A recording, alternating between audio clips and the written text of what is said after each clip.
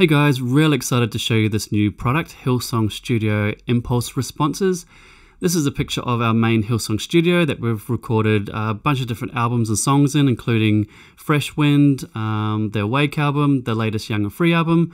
And so when I was in the studio recently recording a Yamaha C7 piano, I decided to sample the reverb in the room.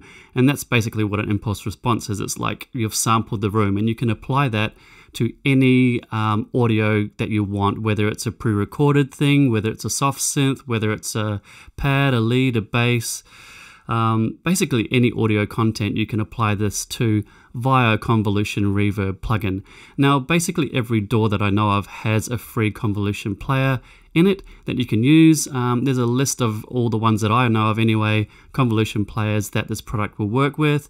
It does come with an Altiverb version if you do own Altiverb, otherwise the WAV files will work in everything, including the Mainstage Logic one that I'm going to be showing you these in today. Okay, obviously you can use these more conventionally like on pianos. I put them on my pianos inside my Mainstage rig to make them sound like they were recorded in our Hillsong Studio and make them sound like they were the sound that was used on an album, even though they weren't. But I also love to use them on less conventional things like basses and analog patches and my Prophet patches that I've sampled and used in Mainstage. The reason being is it makes them sound bigger, wider and fatter just by putting one of these studio reverbs on. So I'm going to quickly show you an example of what it sounds like on a bass, which you might be like, oh, that's weird. Why would you put a reverb on a bass? Now I'll show you dry and wet. And you'll probably understand after I show you this why I do this.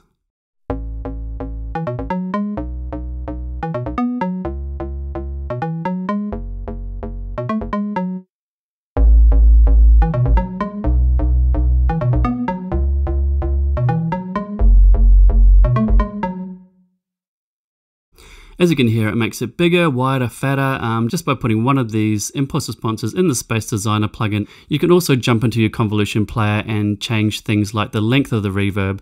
Let's say you want a really tight bass without that reverb tail. Even though this is really short, you can even make it shorter and even tighter. The cool thing about doing this is you still get the bottom end boost, you still get the wideness that this reverb adds, but with less of a tail.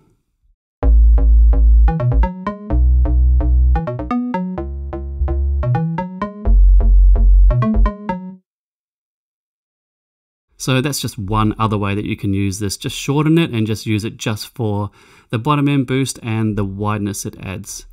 I'm going to jump over to the solo violin recording and scroll through all the different ones. I thought it would be helpful for you to hear exactly what each one is doing to the sound. They're different. Some are really close, some are further away, some have longer reverb tails, but they all have a vibe, and depending on the source that you're using it with, you might choose one over the other. So I'm going to start off with the Hillsong Studio Close 1 and then keep going through all of the other ones and just looping this so you can hear exactly what each one is doing to the sound source.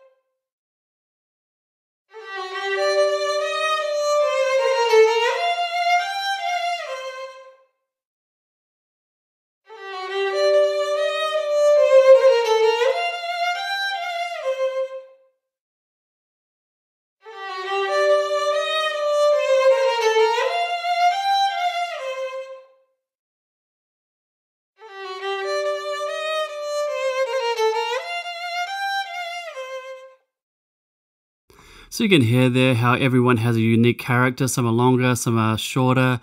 but they really add a vibe to acoustically recorded instruments like that. So go over to Multitracks, check out the other audio examples I've got up there. I've got acoustic guitars, I've got drum loops, I've got bass, trumpet, pianos, bunch of other stuff. So check it out and what it does to other audio sources. But this is a walkthrough video. Thanks again for watching. I really appreciate it.